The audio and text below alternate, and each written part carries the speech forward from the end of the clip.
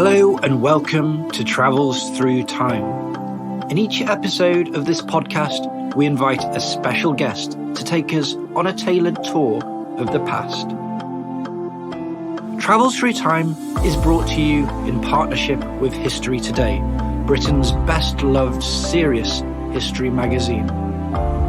You can read articles relating to this podcast and more about our guests at historytoday.com/travels. There is also a special subscription offer for Travels Through Time listeners.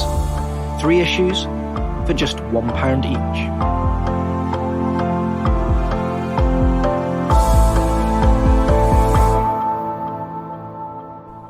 I never knew the time my heart looked freely from my brow. It once was checked by timidness, 'tis taught by caution now. I live among the cold, the false, and I must seem like them. And such I am, for I am false, as those I most condemn. I teach my lip its sweetest smile, my tongue its softest tone. I borrow others' likeness, till almost I lose my own. You're listening to an extract of a poem that was written by one of the most celebrated figures of the London literary scene in the 1820s. Her career began within a few years of the death of John Keats, and it finished at about the time that Charles Dickens made his reputation with the Pickwick Papers. Her name is Letitia Landon, and she's the subject of this episode of Travels Through Time. I'm Peter Moore, and welcome to the podcast where we invite a special guest to tell a historical story by exploring one year in the past through 3 different scenes. Today's guest is the literary historian and journalist Dr Lucasta Miller. She's best known, until now that is, as the author of The Bronte Myth, a great sweeping history of the entire Bronte story. This month, her second book is being released. L.E.L, The Lost Life and Scandalous Death of Letitia Elizabeth Landon, the celebrated female Byron, is a fascinating blend of literary scholarship and biographical excavation. It's been called riveting and absorbing, and having just read it, I can testify to the fact that it brings to life a vivid and often overlooked figure in our literary history. Letitia Landon was a true celebrity in her time. I caught up with Lucasta at her publishers in London the other day. I hope you enjoy our conversation. Welcome to Travels Through Time, Lucasta. Thank you very much. Okay, so let's get started. We're going to be using the year 1838 as our destination. But first, I want to talk more broadly about English literary world, or the English literary world, in the opening half of the 19th century. What really entices you towards it?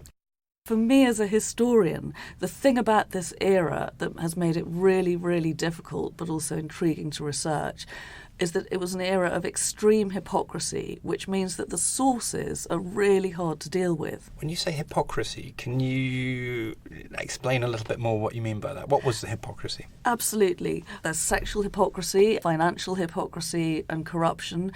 This was an era in which, as Letitia Landon herself put it in a poem, none among us dares to say what none will choose to hear. But actually, even in her own private letters, Letitia Landon tells lies. And it's really, really difficult to get to grips with a whole society where people don't really want to admit what's going on. And also where, after her death, there is an absolutely concerted, calculated cover-up about her story by the literary establishment. What really drew me to this particular period is that it's a bit of a no man's land in the history of English literature. Everybody knows who the Romantics were and everybody knows who the Victorians were. But in between, there's this rather odd black hole which has been described as a strange pause and an indeterminate borderland. One literary historian once described it as a tedious flat calm in which nothing much happened. He could not have got it more wrong. This was a literary era in which grievous bodily harm was not unknown as a response to a bad book review. Yeah, I know exactly what you mean, because having read the book, she comes across as a real shape-shifting character, someone who's difficult to pin down, and even if I think of describing her as a romantic now, it doesn't seem to quite fit, does it? No, it doesn't. She's a total shapeshifter, and this intervening era is really an era in many ways of masquerade, and that's one of the reasons why it's been so incredibly difficult for literary historians really to analyse analyse it because the voices of the writers of the time are so sort of tonally shifting and peculiar and very difficult for the modern reader to grasp. There are lots of reasons for that, and one of them, I think, is to do with the literary market and the fact that the market itself meant that lots of writers were working in ephemeral forms, like periodicals, annuals, as they were known. Right, so if we were going to put this in chronological terms, are we saying really the death of Byron? And what year was that? I mean, so Keats dies 1821, Shelley 1822, Byron 1824. And those are the late Romantics. So those are the late Romantics. And then you get this gap until Dickens starts coming along in the late 1830s.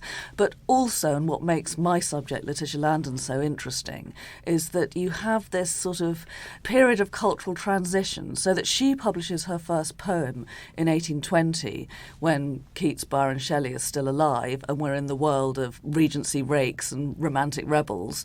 By the time she dies in 1838, Victoria is on the throne and Dickens is sort of shaping up to turn the image of the writer into something that conforms with sort of Victorian family values rather than the transgressive figure of Byron. So we have before us a really intriguing character. So let's talk a little bit about her, because she was a real celebrity, wasn't she? Especially at the start of her career, which was in the early 1820s. Yes, in fact, when she first started to publish, she was a mystery character, and the whole sort of reason why she became a minor cult figure was that nobody really knew who she was. She published only under her initials, L.E.L, a series of poems, as I said, in this magazine called the Literary Gazette. The editor did admit that the author of these poems was a lady yet in her teens, which excited readers further. And, for example, Edward Bulwer-Lytton, when he was an undergraduate at Cambridge at that period, he describes how in the reading room of the Union, he and his fellow young blades would be fighting over the Literary Gazette to find the latest poem by L.E.L. If you only knew L.E.L's reputation in the 20th century, which was as a sort of naive, virginal schoolgirl, you would not understand at all why she was popular among young men in Cambridge in 1822. And from the very start, her voice was extremely ambiguous. She wrote poetry that was written in the language of sort of flowers and birds, actually rather like Keats. Some people read these poems as being the innocent work of an ingenue. Other people read them as dark metaphors for sex and suicide.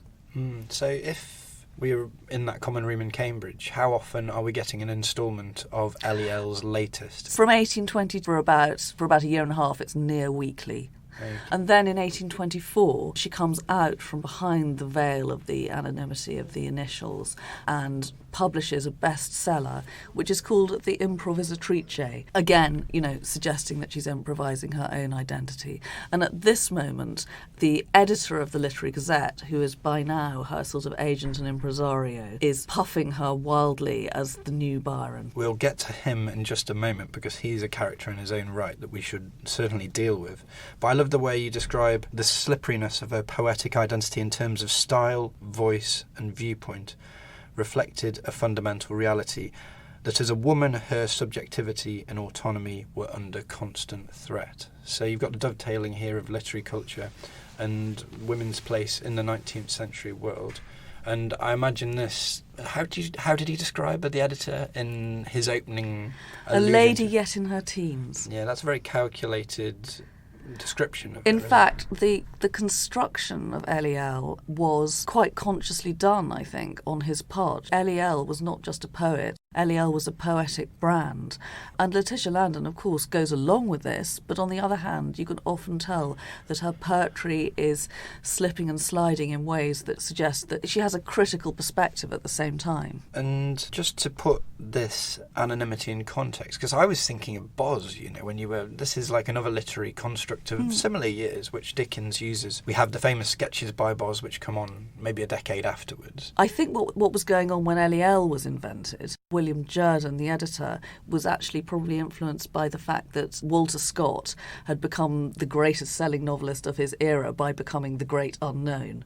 And so there was a lot of stuff in the papers about who is he, and he was hoping that everybody would be saying about L.E.L, who is she, which indeed many of them were. Yeah, I suppose today the closest parallel we can think of is it with the Ferrante novels, which came out recently. The level of intrigue that was generated by the mystique of the writer. Yes, I suppose in a way this is... That's interesting, but I think I see the Ferrante novels as being a little bit more like when Charlotte Bronte published Jane Eyre in 1847, because the novels themselves have a sort of autobiographical feel of authenticity that L.E.L. doesn't really have. Her poetry is often about very extreme emotions, but I don't see her as expressing herself. I see her as playing a role, and in fact the theatre does play a role in her life too.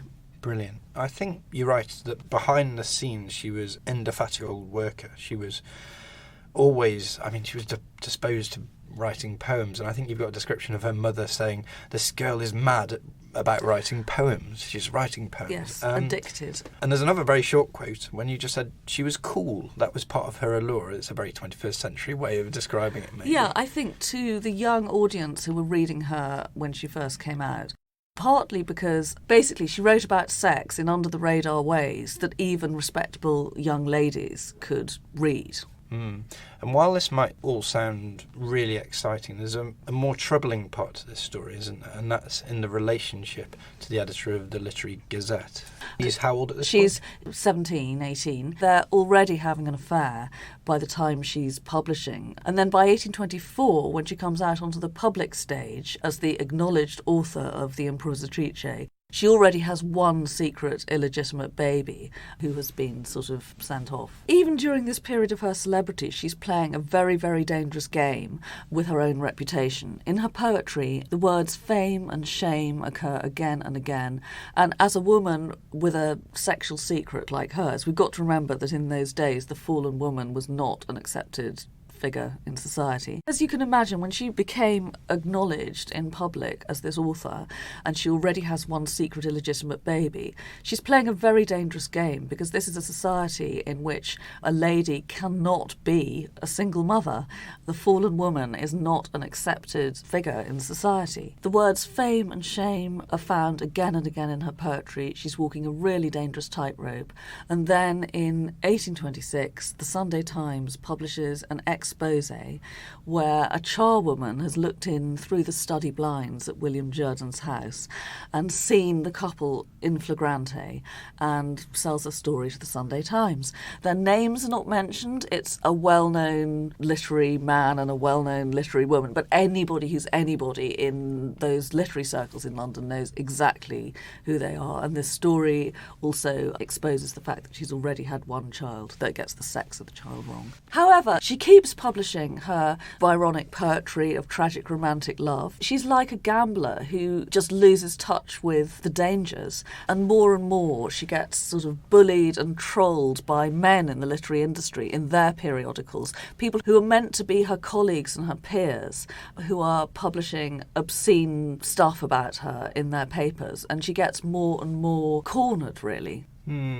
It's, as you describe it, this persona of the fallen woman is a really difficult one. It seems to be that's what she's battling against, and she's terrified of the label. So there's lots of denials, there's lots of obfuscation. Absolutely. It's more complicated than that, because in the early poetry, she glamorises the idea of the fallen woman in many of her early poems, and the ones that are written in the Byronic era.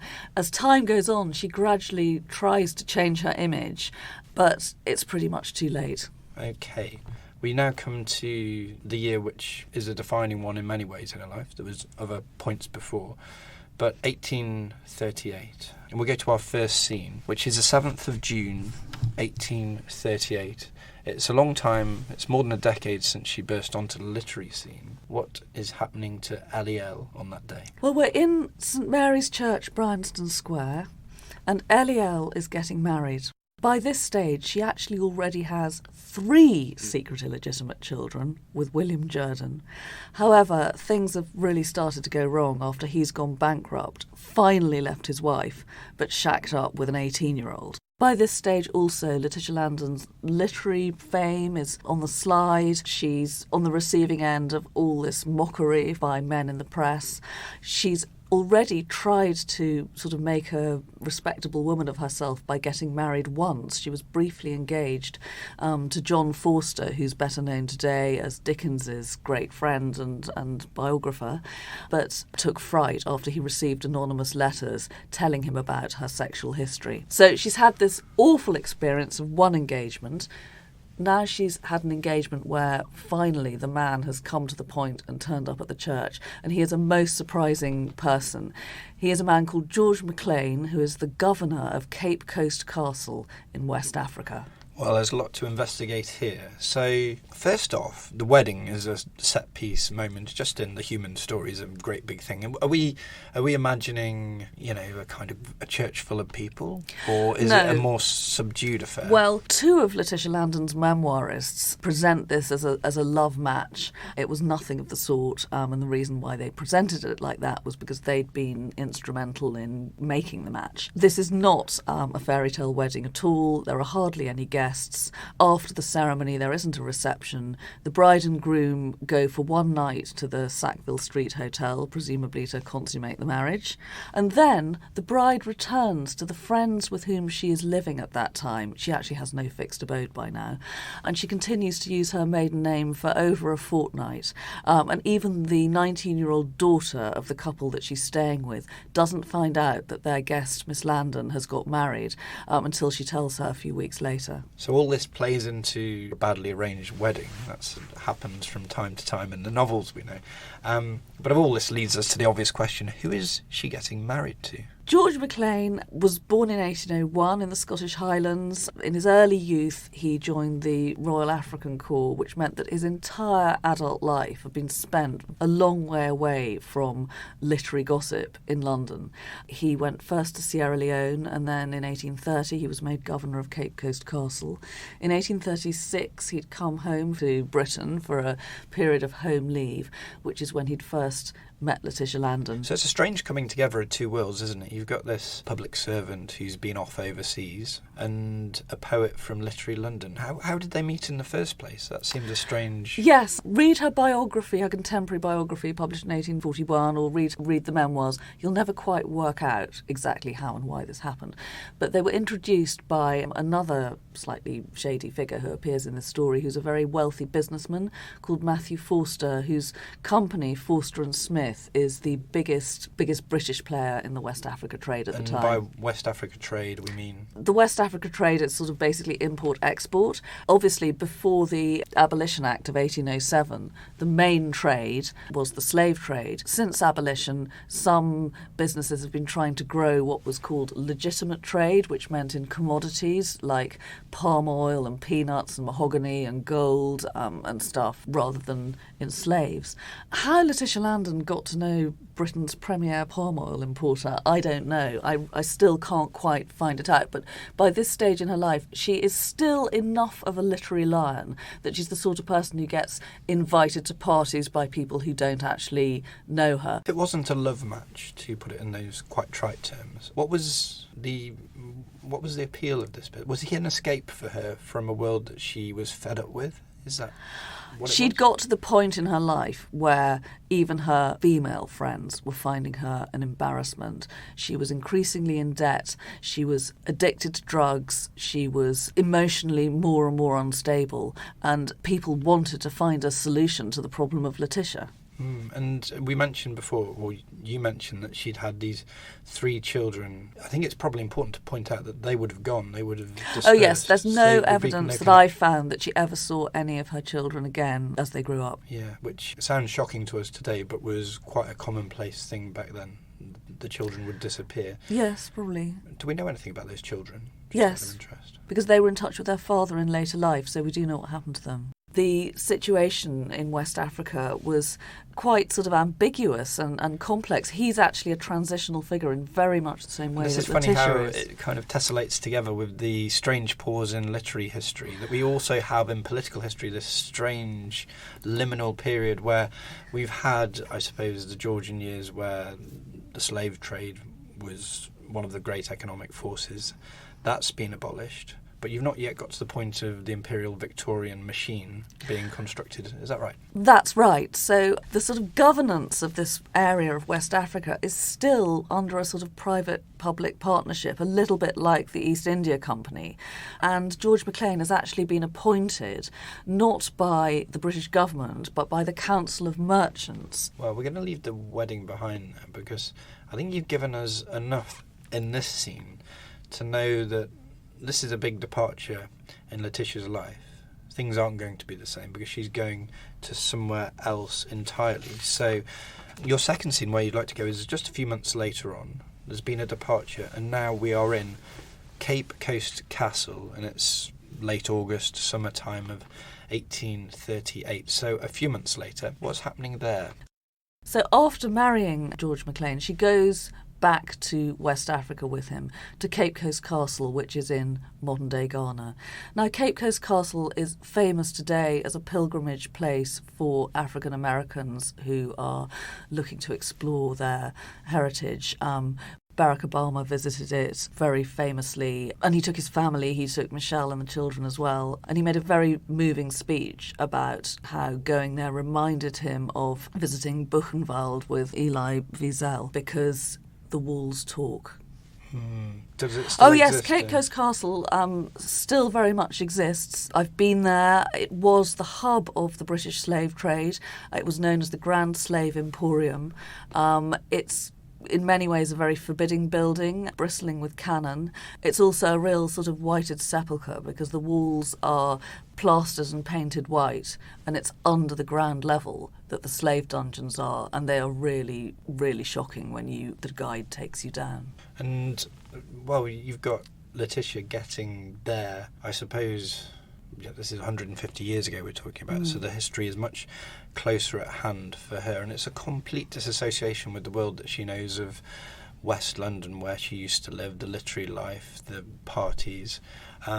Also, there was the added fact that it was a dangerous place for Europeans to go because many of them died quite quickly due to the climate and disease. Is that right? Yes, I mean, it was known as the white man's grave for a reason. I mean, the local missionary was having real difficulty recruiting people to come out there because they kept dropping like flies. Okay, and had she abandoned her career by this point, or was she intending to keep writing from afar?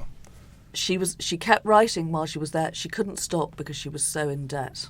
All the accounts of her poverty really coincide with William Jerdan's bankruptcy. She had not done enough to disentangle her finances from his, and in fact, I feel he was siphoning off her earnings. Is she deluding herself, thinking that she can maintain a literary career from such a distance? I know that later on in the century you get Robert Louis Stevenson, for example, goes to Samoa and manages to keep sending things back, but then there's the technology of the telegraphs going. Do you think it's possible to maintain a literary career from, this castle on the west coast? Has she had it, basically, do you think? She regarded writing as an escape.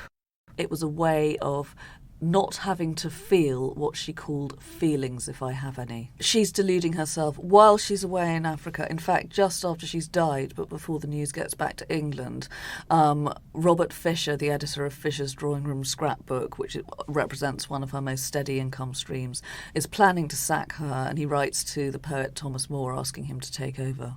So at this moment, the big question is why? What happened? And I suppose maybe this is the question which goes to the heart of the book you've been working on, in a way. Is that right? In a way. I mean, the death itself became a great sort of cause célèbre and a mystery in the public imagination. So news travelled back quite quickly? Well, it took until the 1st of January 1839 for the news to reach London. The obvious conclusion that you would come to if somebody is found dead with a bottle of prussic acid in their hand is that they've committed suicide. Nobody wanted to admit that this could possibly have happened. Also at the castle, at the same time, or on the coast, there's been rumours that Maclean is still involved in some illicit dealings to do with the slave trade. Is that right? As I've said, Maclean's appointment to his position as governor of Cape Coast Castle was made by the Merchant Committee, and he is in the pocket of this man Matthew Forster, who's this incredibly wealthy businessman, very influential in the West Africa trade. Now we have to go and look in more detail at what Matthew Forster was up to. Because, of course, after the 1807 Abolition Act, the slave trade did not just disappear overnight. And one of the things that I've uncovered in this book, with the help of the work of other historians, particularly Marika Sherwood, who wrote a wonderful seminal book called After Abolition, is looking at what happened after the Abolition Act of 1807. British businesses did continue to be involved in illegal behaviour, particularly in contravening a later piece of legislation that came in 1824, which made it not just illegal to deal directly in slaves, but to have any trade or dealings with other people who were so, yeah, you slave had the traders. Abolition Act of 1807 and the 1820s. That's really bolstered by more legislation. It's bolstered by more legislation. So under the 1824 legislation, you couldn't trade with a slave trader. You couldn't insure their ships. You couldn't anything to do. You with couldn't it. have anything to do with them, even in the most abstract of ways. But if there was, unfortunately, the legislation was very poorly drafted, and it contained a loophole, which was that you had to have prior knowledge of the use to which your goods or services was going to be put. And so, at this time in the mid-1830s, has what you've found out demonstrated that MacLean was involved in this area? After the abolition of the slave trade, the British forts on the west coast of Africa were almost a bit of a white elephant. I mean, they'd lost their historical raison d'etre. The British had been threatening more than once to completely remove a military presence. The traders need the military presence because the region is plagued by tribal wars and they want to keep the trade routes open. MacLean was in a very, very difficult position. He was trying to keep everyone happy. The merchants, who were love-bombing him with basically bribes, the British government that was trying to pursue, although not necessarily wholeheartedly, a so-called sort of ethical foreign policy, as we'd now call it, by saying that MacLean had to sort of make sure that slave trading wasn't going on. And then, of course, MacLean is also, and this is where he's most successful, he's also having to have a relationship with the local nations, in particular the Fante and the Ashanti, who actually respect him an awful lot because it's greatly to their advantage to have a skilled independent mediator, and he succeeds in creating a sort of Pax Britannica that is appreciated by the local people. This is a complicated marriage. Incredibly complicated situation. So here we are. They're only married a few months, and they've travelled from London to West Africa, which in itself is a big thing to do. It's a bewildering change of scene for the poet. She's like unmoored, if you like, from everything that she knows, and her husband, meanwhile, is implicated in this illicit activity. And it just begs the question to me, did she know about this beforehand, or is this to her just like, is it too much? Interestingly, the thing they really have in common is that both of them are on the receiving end of so-called slander at the time they meet. She's had all this slander in the newspapers saying that she's a fallen woman. He's had slander, both from a whistleblower at Cape Coast Castle in letters to the Colonial Office and also increasingly in the press, saying that he is turning a blind eye to illegal trading. And I think in the period of their acknowledged engagement in London, it works because, in fact, they're not intimate, so each can be the other's propagandist. So she can go around saying that, he's a great human rights crusader, trying to sort of, improve the condition of the Africans. And, of course, he's not going to want to admit that she's a fallen woman, even though he, like her earlier fiancé, John Forster, has been probably sent anonymous letters. That takes us on to our third scene. So it's Cape Coast Castle, the morning of the 15th of October, 1838. They've been married for 4 months. They've been in Africa for 2. But really this is the day where everything comes to a head. Can you tell us what happens that morning, please?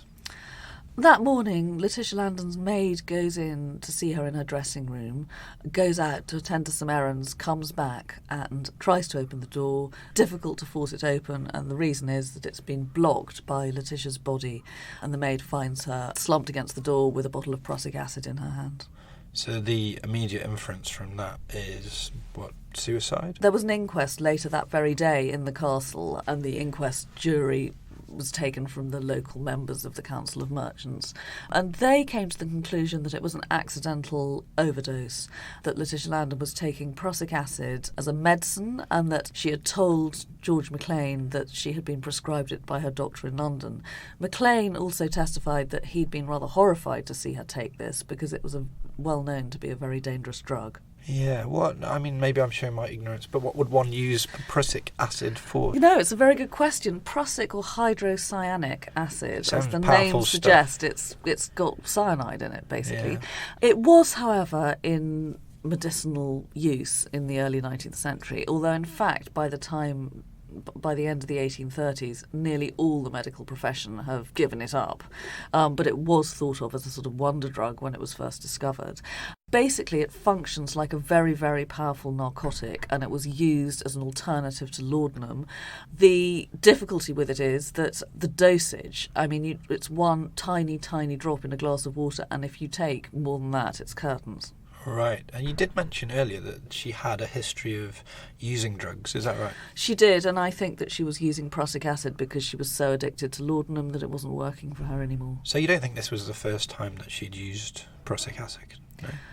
Well, no, because George MacLean testified that he'd seen her using it on the voyage out, and also another one of her, well, there's an anonymous article in the Times, which I think I know who it's by, one of her friends, also talking about her using prussic acid. So, of course, you got the immediate response in the locality in the castle, but how long did it take for the news to get her back to London afterwards? Well, the news doesn't get back to London until about the 1st of January, and almost immediately doubts are cast on the inquest verdict of accidental death.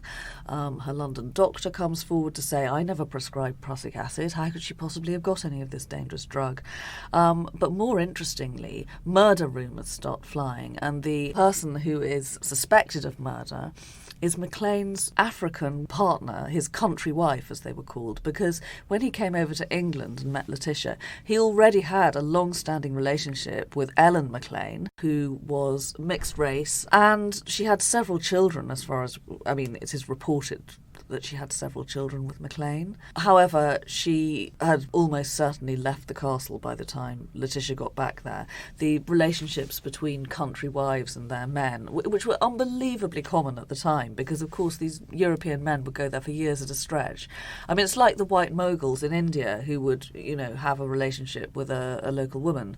And these relationships weren't casual relationships. It wasn't like Ellen MacLean was his mistress. She was the sort of chatelaine of his house. But, in a culture where polygamy was the norm, it was accepted that if the man went back to Europe, he might marry there, although the wife usually had to be compensated.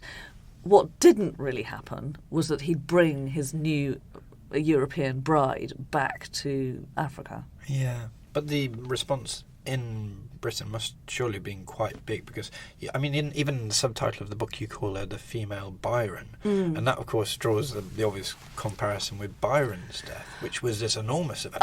Yes. Well, I mean, she's not on a level with Byron. She's a wannabe Byron. She's not like Byron in that sense. Yeah.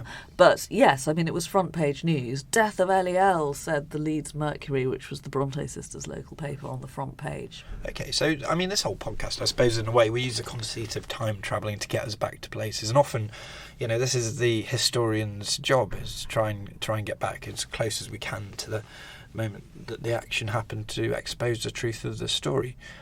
Have you been able to establish what did happen that day, or have you found different sides of a testimony? Is it a textured scene? It is textured. I mean, after the news got back to London, her friends went into print to send to the papers letters she'd written back from Cape Coast Castle, in which she seemed to be she said she was happy, the castle was a fine building, she doesn't suffer from the heat, insects there are few or none, it all sounds lovely. Actually, that was her final masquerade. It wasn't really like that at all. When a drug addict kills themselves with the drug that they're addicted to, the line between active suicide and, reckless drug use is very, very thin. Although she did write 2 letters that disappeared on the morning of her death, and they could have been suicide notes.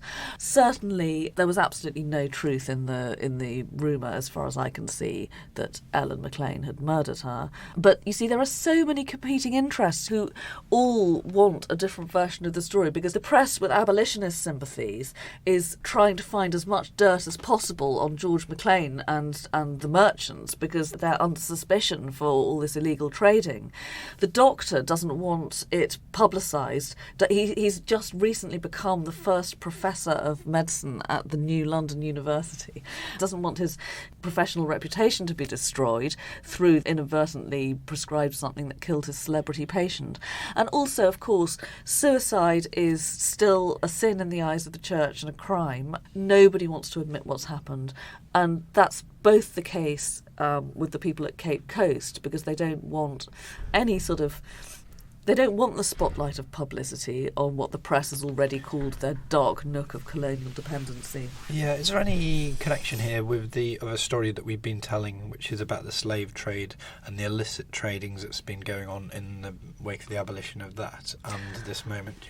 The connection, I'd say, would be that they instantly realise that this is really bad publicity at a time when they're trying to pretty much hide from the British government what they're doing. So they're trying to stay under the radar. They just want to stay under the radar. They do not want scandalous, exciting stories in the papers about and then prussic all of a acid sudden they've got bottles the most famous poet of the 1820s having died in a room. Exactly. And in fact, what happened was that the British government finally sent out an official inspector to Cape Coast. He came back with a damning report saying, yes, they're all up to the necks in it. But by this time the government's changed, and Matthew Forster has become elected as an MP, and he becomes the most assiduous member of the Parliamentary Select Committee appointed to look at this report. So, of course, he says it's rubbish because his company is being mentioned in it all the time. And by a few years later, Matthew Forster's become so arrogant that he quite openly says to a House of Lords committee that he knows of no merchant who wouldn't be proud and pleased to trade with slave traders. And in fact, they go to enormous lengths. Once the maid gets back to London over a year later, she gets sort of intimidated by representatives of Forster and Smith who make her go to a police station and sign a statement. They didn't want the spotlight of publicity, and they certainly didn't want the reputation of George Maclean to be in any way besmirched. Right. I suppose the last question, if we were there, it's always a bit of a morbid thing to be at any death scene, in particular this one, which is a contested one and a very sad scene to look over. Do you just have an overwhelming sense of a tragedy reaching its conclusion with her life? Is that what this is? Yes, it's almost as if she's been looking forward to this throughout her entire career. Suicide is a huge theme in some of her early poetry, in a sort of romantic death wish sort of way. And there are glamorous suicides in her poems, like Sappho, the famous ancient Greek poetess who throws herself to her death from a cliff because she's been rejected in love. There's nothing dramatic or glamorous about this befuddled final overdose. Had she wanted to make a grand statement, she could have leapt off the castle battlements into the sea. Let's zoom out a bit, because I think the truth of the matter is that people who are familiar with literary history in the early 19th century will have come across her work, but I don't think she's as well known as, well, for the reason that you pointed out right at the beginning, because her work is difficult to classify, she's a difficult character to pin down, and we have this long pause that we talk about. What happened to her reputation subsequently? Well, within sort of, I don't think about 10 years of her death, the printing plates for the Improvisatrice, which had once been her bestseller, were melted down. By the end of the 19th century, she ceased to appear, really, even in anthologies. In fact, you say people who know about the 19th century may read her now, but although increasingly she's appearing on some English university syllabuses and people are showing a lot more interest, you still can't easily buy a modern anthology of her work, and none of it's in print. I actually bought a lot of original 1820s books from eBay, and one of them I even found in Oxfam when I was doing this research. Although one thing that I would love to promote is the fact that it's so possible these days online to read original manuscripts and printed books from this period, because they've been scanned in and you can just sort of click and turn the page. Tremendous resource for the historian. Amazing. Isn't it? So a lot of this I've done a lot of this, downloading from Google Books, put it on a Kindle and then you're off. It's amazing. Archive.org is the absolute brilliant one. And so she's to be found there for sure. Definitely. Well, let's talk a bit about the book before we before we wrap up, because L.E.L. is soon to be out within a few weeks, and I've found it an absorbing read. And I'd just like to know what your ambitions were and if they changed as you went through the writing of the book. What did you hope to achieve, and what do you think you got out of it at the end? That is such a fascinating question, because I literally didn't know at the beginning of this quest what I was going to find. The one thing I did know was about the fact that she had these 3 secret children, because that information had been published in an article in the year 2000, although nobody had known about it before, not until one of her descendants came forward. So I had this sort of idea that, well, here was this woman poet who tends to be thought of as a sort of, sentimental virgin, and actually she had 3 secret illegitimate children. Maybe she was this, really empowered woman having a very exciting sex life. But the more I got into the story, the darker and more depressing it became. And yeah, it is. It's a story of many twists and turns. That's for absolute sure. And for me, one of the really enticing things about the book is that you bring together these 2 completely different worlds. You've got the world of literary London, with Dickens getting underway, and all of the, the young and energetic publishing that's happening there at that time. And then you've got this dying, fading, really disturbing world, which is the end of the slave trade. And of course, people know about this, and there's been some really interesting work done recently. Have you been able to engage with that at all? Absolutely. I mean, it was through looking at particularly the work of Marika Sherwood that I started understanding the levels of corruption that were going on at Cape Coast. And I mean, you say it was a fading world. It was a thriving world. There were lots of other nations like Portugal and Brazil that had not made the slave trade illegal. So there was an enormous transatlantic trade going on just down the coast. Well, they talk about stories that tell bigger stories. You've certainly got one of those. And so I wish you all the very, very best with it on publication, which is coming around soon. And we do have a supplementary question, of course, which is we're coming back to 2019 now, and if you could bring one object back with you from that time, from 1838, what would you like to have with you? I'd like to have the 2 letters that were left on L.E.L's writing desk on the morning she died, but that subsequently disappeared. And do we know much more about them than that, or is it just a kind of... We know that the maid gave them to George MacLean, and then they disappeared. Well, fruitless to speculate, but I mean, it's impossible not to do so. Well, but if you've got them, that's good. Thank you very, very much for travelling through time with us today, Lucasta Miller. Thank you very much. Thank you very much. That was me talking with Dr. Lucasta Miller at her publishers in London the other day. Thanks for listening into this episode of Travels Through Time. Please do leave us a comment or a rating if you enjoyed our chat or our time travel. I really do recommend L.E.L. It's a brilliant work of historical detection that takes 2 completely separate worlds, literary London and West Africa, and brings them together in a very strange and enlightening way.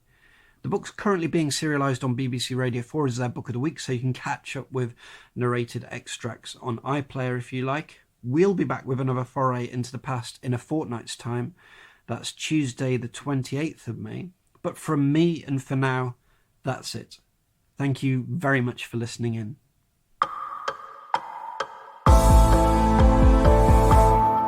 I'm Paul Lay, editor of History Today. On our website, you'll find articles written by experts relating to Lucasta Miller's travels. You can read Malcolm Billings on Ghana's slave castles, Marika Sherwood on the problems with Britain's first Anti-Slavery Act, while Gad Hoyman looks at slavery from the slave's perspective. Links to all of these pieces can be found at historytoday.com/travels. And there are many more articles on every aspect of the past in our monthly publication, History Today, the world's leading serious history magazine.